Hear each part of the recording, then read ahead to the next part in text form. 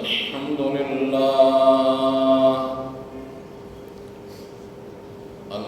لله وكفى والصلاة والسلام على سيد الرسل وخاتم الأنبياء وعلى آله وصحبه وبارك وسلم، خصوصا على خلفائه الراشدين المهديين إلى يوم القيامة. أما بعد، فأعوذ بالله من الشيطان الرجيم. بسم الله الرحمن الرحيم. الذين يتبعون الرسول النبي الأمي الذي يجدونه مكتوبا عندهم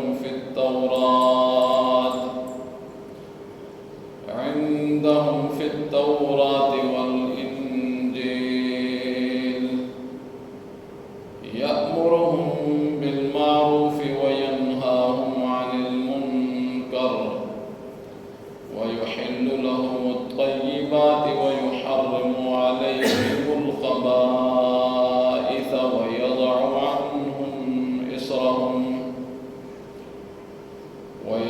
عنهم إصرهم والأغلال التي كانت عليهم.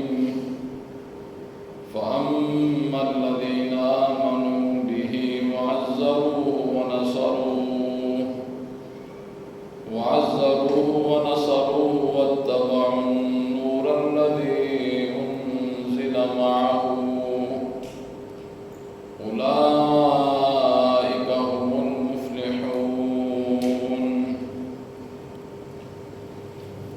صدق الله العظيم وصدق رسوله النبي الكريم،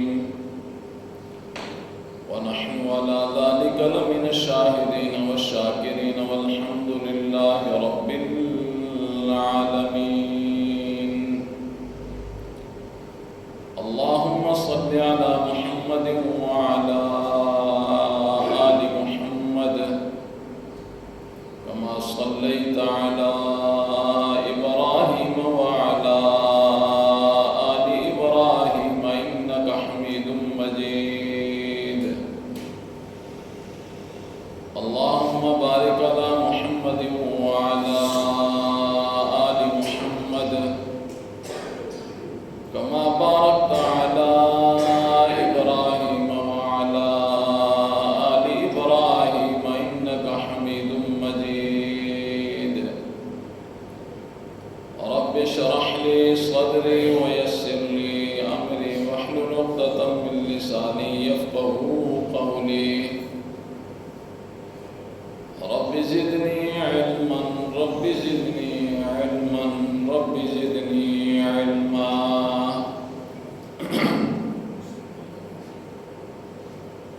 الذين يتبعون الرسول، وہ لوگ جو اتباع کرتے ہیں رسول کی، جو نبی ہیں اور امی ہیں، اور وہ ذات کے پاتے ہیں ان کو لکھا ہوا اپنے پاس تورات میں، انجیل میں. وہ حکم دیتے ہیں ان کو نیکی کا اور روکتے ہیں ان کو برائی سے، اور حلال کرتے ہیں ان کے لیے پاکیزہ چیزوں کو، اور حرام کرتے ہیں ان پر بری چیزوں کو، اور ہٹاتے ہیں ان سے ان کا بوجھ اور ان کی گردنوں کا بوجھ وہ کہ جو ان پر ہے. بہرحال وہ لوگ جو ایمان لے کر آئے وہ اس نبی کی عزت کرتے ہیں اور مدد کرتے ہیں اور اتباع کرتے ہیں اس نور کی، وہ کہ جو نازل کی اللہ نے ان پر. یہی لوگ کامیاب ہیں.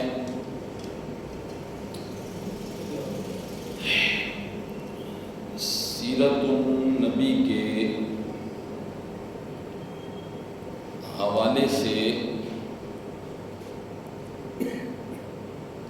پچھلے کئی خطبوں سے آپ امام الانبیاء کی سیرت کو سماعت فرما رہے ہیں.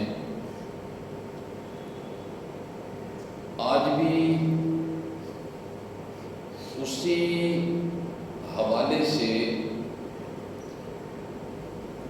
قرآن مجید کی ایک آیت کا انتخاب کیا ہے۔ اللہ رب العزت سے دعا ہے کہ اللہ رب العزت صحیح معنوں میں ہمیں امام الانبیاء خاتم النبیین حضرت سیدنا محمد الرسول اللہ صلی اللہ علیہ وسلم کی سیرت طیبہ کو اپنانے کی توفیق نصیب فرمائے۔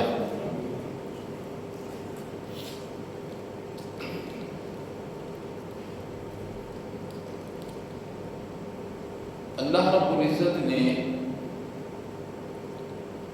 آپ کو امام الانبیاء کا درجہ عطا فرمایا۔ دیکھیے اللہ رب العزت نے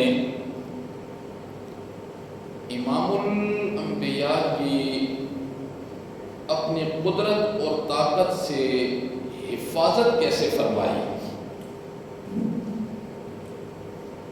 انسان کی عقل تھنگ رہ جاتی ہے،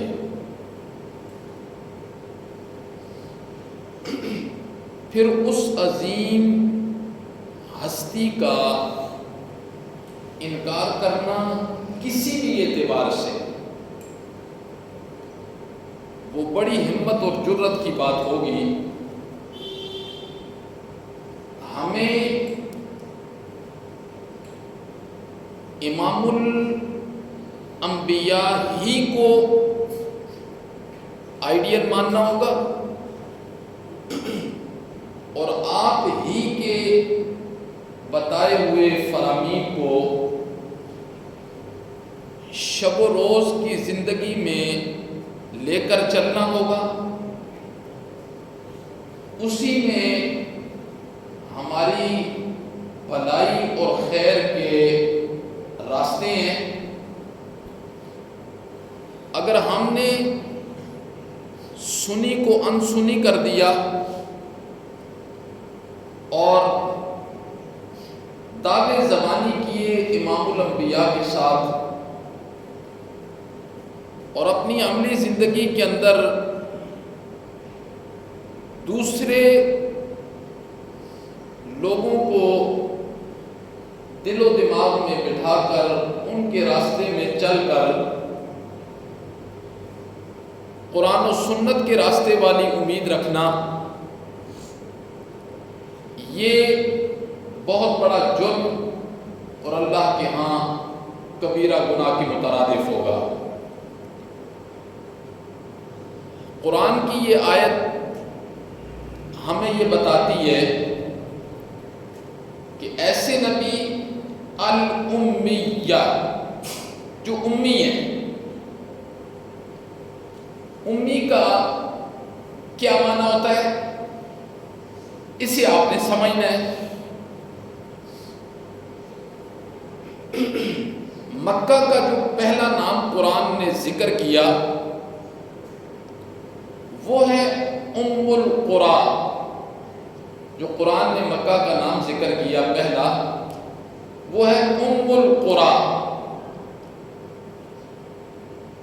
قریٰ بستی کو کہا جاتا ہے اور معنی یہ ہوگا کہ یہ وہ بستی ہے، وہ جگہ جو ساری قرۂ ارض پر آباد ہونے والی بستیوں کی ماں کی حیثیت رکھتی ہے۔ اس لیے ہر مکہ کے رہنے والے کا جو لقب تھا وہ امی تھا، اس اعتبار سے کہ اس کا تعلق ام القریٰ کے ساتھ ہے۔ ایک معنی تو یہ ہے، اور ایک معنی امی کا ہوتا ہے ماں والا، ماں والا۔ اس کا کیا مطلب؟ اس کا مطلب یہ ہے کہ بچہ ماں کے پیٹ سے جس صفت کے ساتھ پیدا ہوتا ہے، اللہ نے امام الانبیاء کی اس صفت کو قائم اور دائم رکھا۔ مثلا کوئی بچہ ماں کے پیٹ سے جب پیدا ہوتا ہے تو وہ لکھنا اور پڑھنا نہیں جانتا۔ اللہ نے فرمایا ہماری قدرت دیکھو، ہم نے تربیت کے زمانے سے پہلے ہی وہ سارے لوگ اٹھا لیے جو ظاہری اعتبار سے تربیت کا سبب بنتے ہیں۔ والد کا سایہ ہم نے آپ کی پیدائش سے پہلے اٹھا لیا، ابھی چھوٹی سی عمر ہے کہ ماں کا سایہ اٹھا لیا، پھر دادا کا سایہ اٹھا لیا۔ یہی وہ لوگ ہوتے ہیں جو ظاہری اعتبار سے اپنی اولاد کی تربیت کا ذریعہ اور سبب بنتے ہیں۔ اللہ نے فرمایا ہم نے یہ سارے رشتے اٹھا لیے، آپ کسی مدرسے میں نہیں گئے، کسی مکتب میں نہیں گئے، کوئی آپ کا استاد نہیں ہے، آپ لکھنا نہیں جانتے، آپ پڑھنا نہیں جانتے۔ اللہ نے فرمایا جس دھرتی پر ہم نے آپ کو مبعوث کیا ہے، اس دھرتی میں ہم نے ایسے فصیح اور بلیغ لوگوں کو پیدا کیا ہے کہ ہم نے مشرق اور مغرب، شمال اور جنوب کے اندر ایسے فصیح اور بلیغ لوگوں کو بھی نہیں پیدا کیا ہے۔ اسی لیے عربی اپنے مقابلے میں دھرتی پر آباد لوگوں کو اجمی کہتے تھے، اجمی، اور عجم کا معنی ہوتا ہے گونگا۔ وہ کہتے تھے بولنا صرف ہم جانتے ہیں، باقی سارے گونگے ہیں۔ اور یہ بات 100% نہیں، 1000% سچ تھی۔ اللہ نے ایسے ان کو صلاحیت سے نوازا تھا۔ پھر اللہ یہ منوانا چاہتے تھے نا کہ تمہیں میں نے دھرتی پر سب سے فصیح اور بلیغ پیدا کیا ہے، اور تم اپنے مقابلے میں قرۂ ارض پر بسنے والے لوگوں کو اجمی، جاہل کہتے ہو، گونگا کہتے ہو۔ اب وہ وقت آنے والا ہے کہ وہ میرا نبی جس کی پیدائش تمہارے ماحول کے اندر ہوئی، جس کا پروان تمہاری آنکھوں کے سامنے ہوا، تم یہ جانتے ہو کہ والد کا سایہ اٹھ گیا، ماں کا سایہ اٹھ گیا، دادا کا سایہ اٹھ گیا، کسی مدرسے میں نہیں گئے، کسی مکتب میں نہیں گئے، کسی کالج اور یونیورسٹی میں نہیں گئے۔ اچانک جب میں اپنی قدرت کے ساتھ انہیں وہ علم عطا کروں گا جس کا انہیں پتہ بھی نہیں ہے۔ وَعَلَّمَكَ مَا لَمْ تَكُنْ تَعْلَمُ، ہم نے آپ کو وہ علم عطا کیا جس کا آپ کو نہیں پتا تھا۔ اللہ یہ منوانا چاہتے تھے کہ میں اپنے نبی کا استاد ہوں، میں نے سکھانا ہے، اور میں نے اپنے نبی کی زبان سے جو جملے نکلوانے ہیں نا، وہ سامنے بیٹھنے والے بڑے بڑے فصحاء، بلغاء، ان کی عقلیں تھنگ رہ جاتی ہیں۔ امام الانبیاء کو اللہ نے نبوت سے نوازا، پھر ان لوگوں کے اندر جنہیں اللہ رب العزت نے اس دھرتی پر آخری درجے کی ذہانت سے، فصاحت اور بلاغت سے نوازا، جو انسانوں کے اندر ہو سکتی ہے، جو انسانوں کے اندر جو صلاحیت آخری درجے کی ہو سکتی ہے، اللہ نے اس سے نوازا۔ اور امام الانبیاء جب اس ماحول اور معاشرے کے اندر کھڑے ہو کر عربی کے جملے بولتے ہیں نا، تو وہ دیکھتے رہ جاتے ہیں۔ اسی لیے امام الانبیاء کو اللہ نے امام الانبیاء جیسی نبوت سے نوازا، اور پھر اعلان نبوت کیا، پھر اپنا جو مقصد اللہ نے دے کر بھیجا تھا اس مقصد کو ان کے سامنے بیان کیا۔ اور امام الانبیاء نے فرمایا کہ اللہ رب العزت نے صرف مجھے سارے انبیاء پر مجموعی طور پر بھی فضیلت دی ہے، اور پھر امام الانبیاء نے فرمایا کہ اللہ رب العزت نے 6 چیزیں مجھے ایسی عطا فرمائی ہیں جو مجھ سے پہلے اللہ نے کسی نبی کو نہیں دی، وہ صرف مجھے دی۔ ان میں حدیث ہے، سنیے، امام الانبیاء نے فرمایا فضلت علی الانبیاء بست، 6 چیزوں کی وجہ سے اللہ نے مجھے باقی انبیاء پر درجہ عطا کیا ہے، فوقیت عطا کی ہے۔ ان میں پہلی چیز کیا ہے؟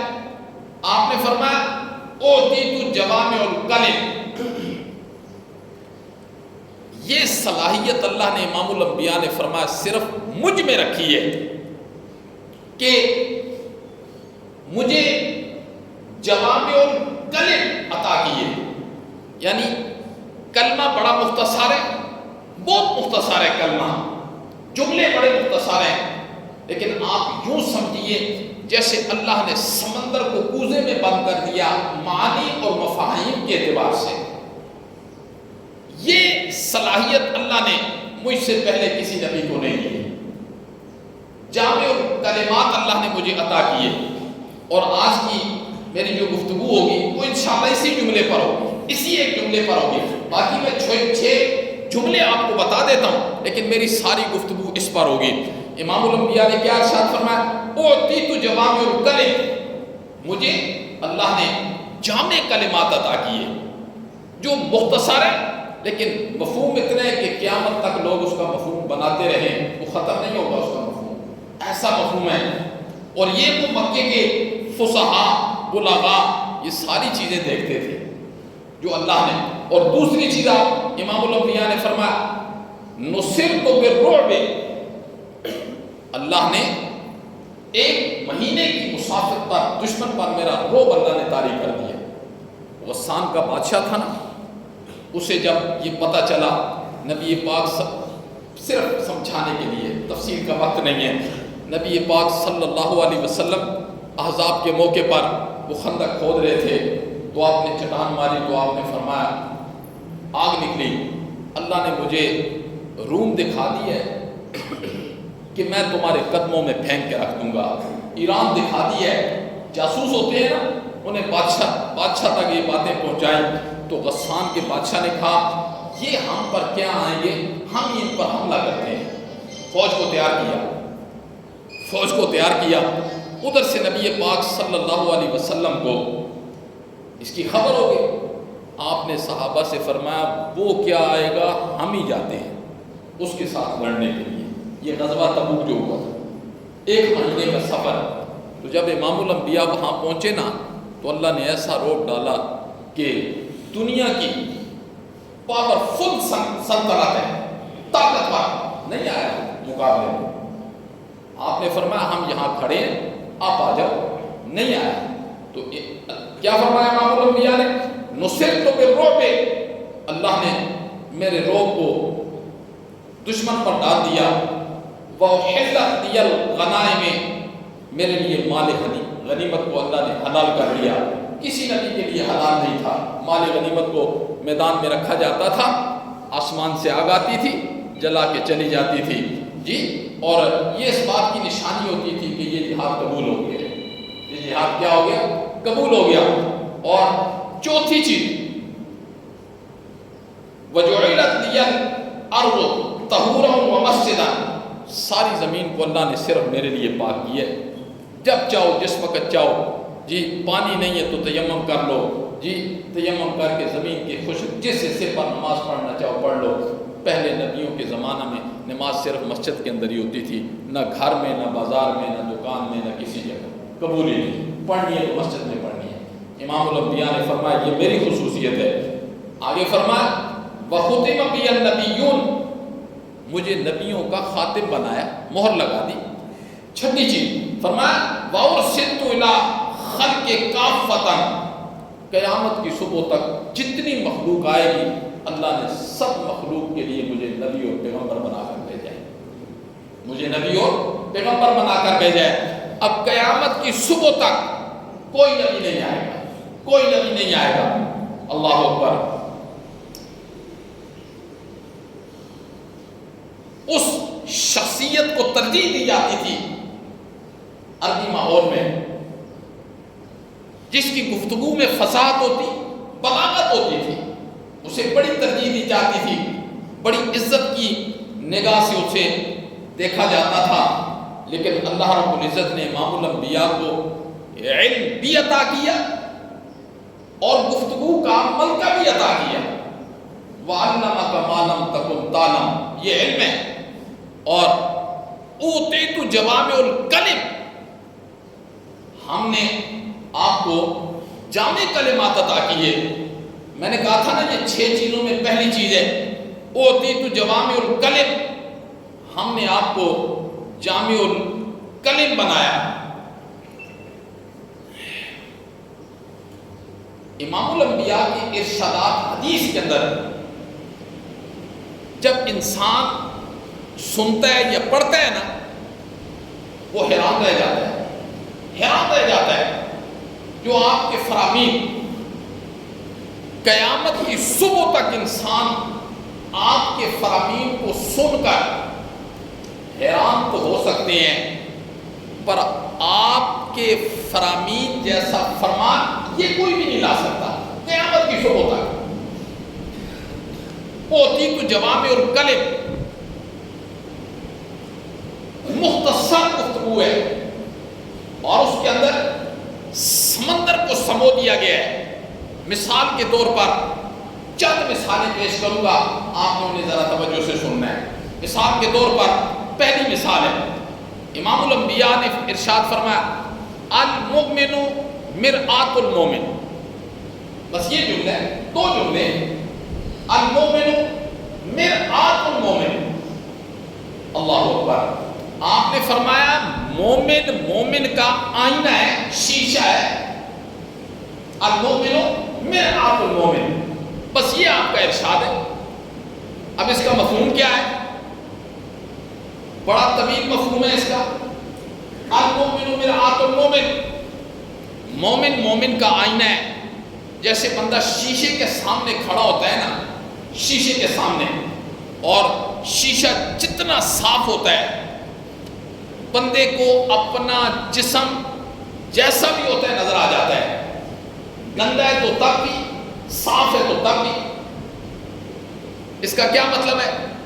امام الانبیاء نے فرمایا جیسے شیشہ تمہیں سب کچھ بتا دیتا ہے، اتنا صاف ہے، تمہارا باطن اور ظاہر شیشے کی طرح ہونا چاہیے۔ یہ نہیں کہ باطن اور ہے اور ظاہر اور ہے، باطن کالا ہے اور ظاہر کو روشن کرنے کی کوشش کر رہے ہیں۔ آپ نے فرمایا نہیں، جیسے شیشہ ہوتا ہے ایسے تمہارا ظاہر اور باطن بھی ہونا چاہیے۔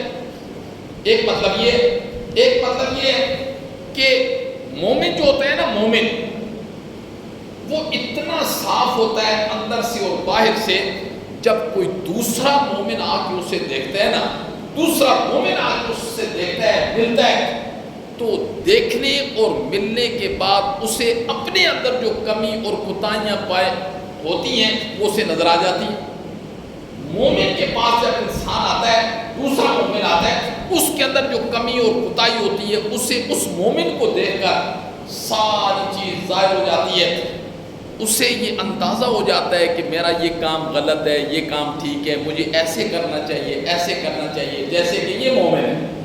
تو یہ مطلب ہے، امام الانبیاء نے فرمایا المؤمن مرآت المومن، مومن مومن کا آئینہ ہوتا ہے۔ اب یہ کتنا مختصر آپ کا ارشاد ہے، لیکن تفصیل کے اعتبار سے، تشریح کے اعتبار سے امام الانبیاء نے سمندر کو کوزے میں بند کر دیا۔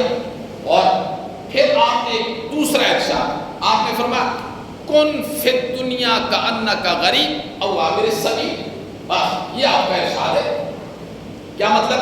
کن فی الدنیا کأنک غریب، لوگوں دنیا کے اندر ایسے زندگی گزارو جیسے ایک مسافر ہوتا ہے، او عابر السبیل، یا راہ گزر ہوتا ہے، دنیا میں ایسی زندگی گزارو، کن فی الدنیا کانک غریب، جیسے مسافر ہوتے ہیں. جو بندہ کہیں سفر کرتا ہے، کبھی آج تک دیکھا ہے کہ وہ گھر کا سارا سامان اٹھا کر وہ ساتھ لے کے چلا جائے؟ وہ جتنا ضرورت ہوتی ہے سفر کی اتنا ہی سامان لے کے جاتا ہے. یہ تو نہیں ہوتا کہ ساری دولت، سارا گھر، سارا سامان وہ ساتھ لے کے چلا جاتا ہے، ایسے نہیں ہوتا. یہ دنیاوی سفر کی بات میں کر رہا ہوں. امام الانبیاء نے کیا ارشاد فرمایا؟ کن فی الدنیا کانک غریب او عابر السبیل. دنیا میں ایسے زندگی گزارو جیسے ایک مسافر ہوتا ہے یا راہ گزر ہوتا ہے. راہ گزر ہوتا ہے، ایسے زندگی گزارو. اصل منزل تمہاری آخرت ہے. یہ دنیا اس کا راستہ ہے، اس تک پہنچنے کا راستہ ہے، راستہ. اصل منزل تمہاری آخرت ہے. لہذا اگر دنیا میں کوئی مسافر سفر کا ارادہ کرتا ہے تو ضرورت کا سامان لے کے جاتا ہے. اللہ نے، امام الانبیاء نے فرمایا، اللہ نے تمہیں دنیا کے اندر بھیجا ہے، بس اتنی دنیا حاصل کرو جس سے تمہارا گزران ہو جائے. جو ضرورت ہے اتنی دنیا کے حصول کے لیے محنت کرو جس سے تمہارا گزارا ہو جائے، یہ دنیا کی زندگی گزر جائے. لیکن جدھر تم نے جانا ہے، یہاں کے لیے کتنا سامان تم نے اکٹھا کرنا ہے، وہاں کے لیے کتنا. جہاں تم ابھی رہ رہے ہو اس کو امام الانبیاء نے مسافر اور راہگیر سے مثال دی. فرمایا اس کی مثال تو ایسے ہی ہے جیسے ایک راستے سے بندہ گزرتا ہے تو گزر گیا، جیسے مسافر زندگی گزارتا ہے. فرمایا یہ دنیا کی زندگی تم نے ایسے گزارنی ہے، لیکن تمہارا اصل مقام اور ٹھکانہ آخرت ہے. آخرت ہے. اب تم نے یہ خود فیصلہ کرنا ہے کہ یہاں سفری زندگی کے اندر، مسافری زندگی کے اندر تم نے کتنا سامان اکٹھا کیا ہے، اور جدھر تم نے ابد الآباد رہنا ہے وہاں کے لیے تم نے کیا اکٹھا کیا ہے. ایک حدیث ہے نا، امام الانبیاء نے ارشاد فرمایا، انما القبر روضۃ من ریاض الجنہ او حفرۃ من حفر النار. قبر یا تو جنت کے باغوں میں سے باغ ہے یا جہنم کے گڑھوں میں سے گڑھ ہے. اس قبر کو جو جنت کا باغ بنانا ہے یا جہنم کا گڑھا بنانا ہے، یہ ہر انسان نے اپنے اختیار سے بنانا ہے. ہر انسان نے اپنے اختیار سے بنانا ہے. اگر قبر کو جنت کا باغ بنانا ہے تو خود بندے نے بنانا ہے. اگر قبر کو جہنم کا گڑھا بنانا ہے تو خود بنانا ہے. اور علماء نے لکھا ہے کہ قبر کو جنت کا باغ بنانے کی 4 نشانیاں ہیں. جو اس سفری زندگی کے اندر 4 کام کرتا رہے گا، اللہ اس کی قبر کو جنت کا باغ بنا دیں گے. نماز کی پابندی کرے گا، نماز کی پابندی کرے گا، قرآن مجید کی تلاوت کرتا رہے گا، صدقات و خیرات کرتا رہے گا، اور اپنی زبان کو ذکر سے تر رکھے گا، اللہ اس کی قبر کو جنت کے باغوں میں سے باغ بنا دیں گے. اور جو بندہ اپنی قبر کو جہنم کا گڑھا بنانا چاہتا ہے، یہ بھی لکھا ہے محدثین نے اس حدیث کی تشریح میں، وہ بھی جو 4 کام تو کرے گا نا، اس کی قبر جہنم کے گڑھوں میں سے گڑھا بن جائے گی. سب سے پہلا کام ہے جھوٹ بولنا. سب سے پہلا کام ہے جھوٹ بولنا. نمبر 2 خیانت کرنا. نمبر 3 چغل خوری کرنا، اس کی بات اس کے آگے، اس کی بات اس کے آگے، اس کی بات اس کے آگے. اور نمبر 4 اپنے آپ کو پیشاب کے چھینٹوں سے نہ بچانا. اپنے آپ کو یہ 4 کام جس میں پائے جائیں گے اس کی قبر جہنم کے گڑھوں میں سے گڑھا بن جائے گی. اور جس میں 4 اچھے کام پائے جائیں گے، نماز کی پابندی ہے، قرآن مجید کی تلاوت ہے، صدقات و خیرات کرتا ہے، اپنی زبان کو ذکر سے تر رکھتا ہے، اللہ اس کی قبر کو جنت کے باغوں میں سے باغ بنا دیں گے. تو امام الانبیاء نے کیا ارشاد فرمایا؟ کن فی الدنیا کانک غریب او عابر السبیل. دنیا میں ایسی زندگی گزارو جیسے ایک مسافر ہوتا ہے یا راہگیر ہوتا ہے. آج ہم میں سے کتنے لوگ اس چیز کو سامنے رکھ کر زندگی گزارتے ہیں کہ یہ مسافر خانہ ہے، چلے جانا ہے، مسافر خانہ ہے، اس کی اتنی تیاری کریں، اور جدھر جانا ہے اس کی اتنی تیاری کریں. کتنے لوگ کرتے ہیں؟ آج ہماری ساری کاوشیں، ساری محنتیں، ساری کوششیں، جی ساری مشقتیں وہ دنیا کے لیے. جی انسان جب کیا بچپن جو ہے وہ کھیل میں گزر جاتا ہے، جوانی مستی میں گزر جاتی ہے اور بڑھاپا سستی میں گزر جاتا ہے. یہی ہے جوانی، بچپن کھیل کود میں، جوانی مستی میں اور بڑھاپا سستی میں، اسی میں زندگی گزر جاتی ہے. پھر کیا ہوتا ہے، وہ جو ہم نے سارا جس کے لیے محنت کی وہ تو ساتھ نہیں جاتا. ساتھ تو امام الانبیاء کے فرامین پر جو عمل کرے گا کوئی چیزیں ساتھ جائیں گی، باقی تو سارے لوگ واپس آ جائیں گے. تو امام الانبیاء نے فرمایا ایسی زندگی گزارو جیسے مسافر ہوتا ہے. اور تیسری چیز امام الانبیاء نے کیا ارشاد فرمایا، آپ نے فرمایا علم اللہ ينفع كکنز اللہ ينفق. اپنے علم سے فائدہ حاصل کرو. اور علم سے کیا مراد ہے، علم کسے کہتے ہیں، یہ بھی یاد رکھنا. علم کی تعریف یہ ہے کہ جس سے اللہ اور اس کے رسول کی پہچان ہو، یہ علم کی تعریف ہے. جس سے اللہ اور اس کے رسول کی پہچان ہو، یہ علم کی تعریف ہے. یہ ہم جو یہ اسکول اور کالجوں میں پڑھتے ہیں یہ فنون ہے، یہ فنون ہے، یہ فن سیکھ رہے ہوتے ہیں. انجینئر بننا ایک فن ہے، ڈاکٹر بننا ایک فن ہے، یہ سارے فنون ہیں. علم کیا ہے، علم اسے کہا جاتا ہے جس سے اللہ اور اس کے رسول کی پہچان ہو، اس کو علم کی، اس علم کی بات ہے جس سے اللہ اور اس کے رسول. اور آپ نے فرمایا جس کے پاس علم ہے وہ خود بھی عمل کرے اور دوسروں کو بھی بتائے. آپ نے فرمایا جو بندہ اپنے علم پر عمل نہیں کرتا یا دوسروں کو نہیں بتاتا، اس کی مثال اس مال جیسی ہے جس کو خرچ نہ کیا جائے، جس کو خرچ نہ کیا جائے. حالانکہ مال خرچ کرنے کا حکم ہے. اللہ نے فرمایا اپنے جسم پر خرچ کر، اس کو گرمی اور سردی سے بچا، اس کی ضروریات پوری کر، بیوی بچوں کی ضرورت پوری کر، دوست و احباب رشتہ دار ہیں جی، خبیث سے نکل کر درویش کی ضرورت پوری کر. تو یہ امام الانبیاء کا کتنا مختصر سا ارشاد ہے. جامع الکلم عطا کیے امام الانبیاء نے فرمایا اللہ نے مجھے جامع الکلم عطا کیے. اور ایک حدیث آپ نے کیا فرمائی، آپ نے فرمایا ذرا توجہ سے سننا، اصحابی کالنجوم فبأیہم اقتدیتم اقتدیتم. اللہ اکبر، کیسی زبردست مثال امام الانبیاء نے دی.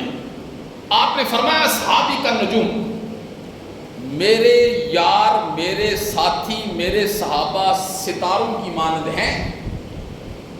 کس کی مانند ہے، توجہ، ستاروں کی مانند ہے. اصحابی کالنجوم فبأیہم اقتدیتم اہتدیتم، میرے صحابہ ستاروں کی مانند ہیں. کیسی زبردست مثال دی. آج بھی لوگ ستاروں سے رہنمائی حاصل کر کے منزل پر تک پہنچتے ہیں. آج بھی، اس زمانے میں تو لوگ سفر کرتے تھے، دور دراز کا سفر کرتے تھے، سمندروں کے سفر کرتے تھے. راستے کیسے معلوم کرتے تھے، ستاروں سے معلوم کرتے تھے، راستے ستاروں سے معلوم کرتے تھے. آج بھی ستاروں سے رہنمائی حاصل کی جاتی ہے. ساری دنیا جب تک رہی ہے، یہ ابھی جدت آئی ہے، کچھ عرصہ ہوا ہے، ورنہ جب سے دنیا بنی ہے لوگ ستاروں سے رہنمائی حاصل کرتے ہیں. تو آپ نے اپنے صحابہ کو کس کے ساتھ مثال دی، اصحابی کالنجوم فبأیہم اقتدیتم اہتدیتم، میرے صحابہ ستاروں کی مانند ہیں. جس کا لڑ پکڑو گے تو جنت میں پہنچ جاؤ گے، جس کا لڑ پکڑو گے جنت میں پہنچ جاؤ گے. یہ کس کا ارشاد ہے، یہ نبی پاک صلی اللہ علیہ وسلم کا ارشاد ہے.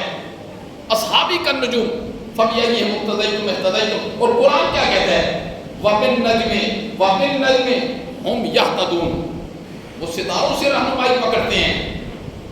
پتہ نہیں ہے انہیں کہ وہ ستاروں سے راستے معلوم کرتے ہیں. امام الانبیاء نے اپنے صحابہ کو ستاروں سے تشبیہ دی ہے. اصحابی کالنجوم فبأیہم اقتدیتم اہتدیتم، میرے صحابہ ستاروں کی مانند ہیں.